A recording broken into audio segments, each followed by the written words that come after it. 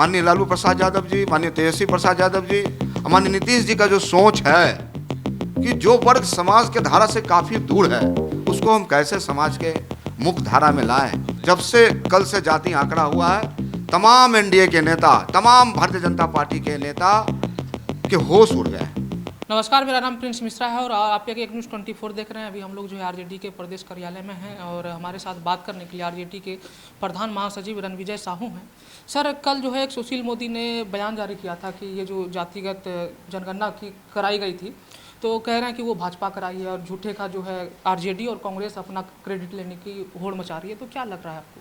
देखिए, सबसे पहले बिहार के माननीय मुख्यमंत्री जी, बिहार के माननीय उप मुख्यमंत्री जी, जो एक साहसिक कदम उन्हें उठाया। देश का पहला राज्य बिहार है जहां अपने खर्चों से जातीय जनगणना की गई। अब तो निश्चित तौर पे समाज के सभी तबकों का, सभी वर्गों का जो आंकड़ा राज्य सरकार ने लाया और जो प्रस्तुत हुआ, जो आंकड़े सामने आए, तो उन गरीबों में, मजदूरों में, किसानों में, जिनकी आबादी सचमुच बिहार में है, 1931 के बाद पहली बार इस प्रकार से आंकड़ा प्रकाशित हुआ, तो उनके चेहरे पर खुशी की लहरें हैं। आज सामाजिक क्षेत्रों में, राजनीतिक क्षेत्रों में अब ऐसे वर्गों का प्रतिनिधित्व होगा। माननीय लालू प्रसाद यादव जी तो हमेशा से सामाजिक न्याय के हिमायती रहे और भारतीय जनता पार्टी को न अब लोकतंत्र पर, न संविधान पर, न व्यवस्था पर कहीं उनको भरोसा नहीं है। और हमें लगता है कि यह जब से कल से जाति आंकड़ा हुआ है, तमाम एनडीए के नेता, तमाम भारतीय जनता पार्टी के नेता के होश उड़ गए हैं।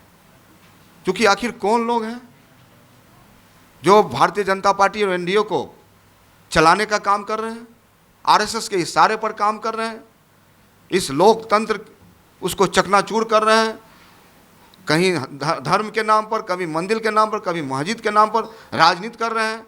तो ऐसे लोगों का अब जमीन हिल गया है और लोग माननीय लालू प्रसाद यादव जी, माननीय तेजस्वी प्रसाद यादव जी, माननीय नीतीश जी का जो सोच है कि जो वर्ग समाज के धारा से काफ़ी दूर है उसको हम कैसे समाज के मुख्य धारा में लाएं। और यह जो प्रकाशित हुआ ये ऐतिहासिक है और हमें लगता है कि पूरे देश में इस प्रकार की जातीय जनगणना होनी चाहिए और समाज आगे बढ़े, वंचित समाज आगे बढ़े। सर, क्या लगता है कि जिस तरीके से यादव समुदाय के जो परसेंटेज बढ़ा है और मुसलमानों की जो परसेंटेज बढ़ा है, उस पर भाजपा वाले कह रहे हैं कि जो है इन दोनों का वर्चस्व अब जो है बिहार में काफ़ी ज़्यादा देखने को मिलेगा और कहीं ना कहीं ये जंगल राज जो है कहने की जो बात कही जा रही है, तो क्या लग रहा है इस पर? देखिए, जब जब बिहार में गरीब, कमज़ोर, किसान, मजदूर, युवा, नौजवान की सरकार बनती है, तब तक भारतीय जनता पार्टी और एनडीए के लोग जंगल राज दिखता है। आज तो जो आंकड़ा जो दिख रहा है, चाहे हम यादव समाज की बात कर लें, चाहे हम ब्राह्मण समाज की बात कर लें, चाहे हम भूमियार समाज की बात कर लें, चाहे हम राजपूत समाज की बात कर लें, चाहे हम मुस्लिम समाज की बात है, वो तो आंकड़ा दिखता है और सबका दिखता है।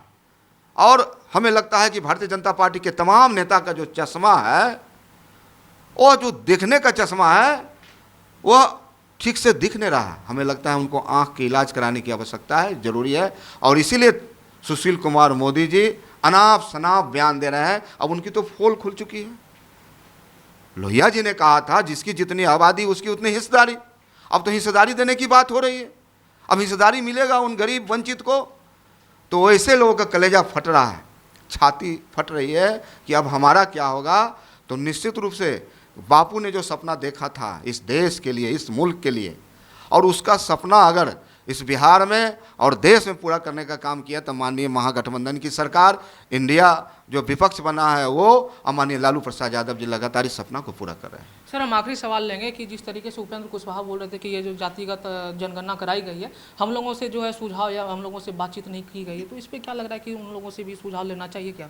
और देखिए, सरकार का प्रणाली है, सरकार का व्यवस्था है, संघीय ढांचा है, तो उस व्यवस्था के तहत माननीय मुख्यमंत्री जी ने एक साहसिक कदम उठा के यह काम कराया।